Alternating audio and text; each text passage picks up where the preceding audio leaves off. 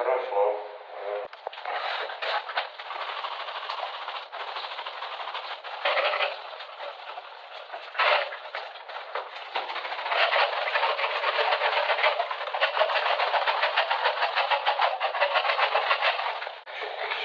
То есть это еще и типа как дневник твой личный.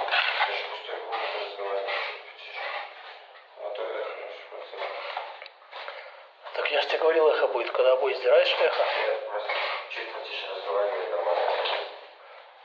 Вот это басом,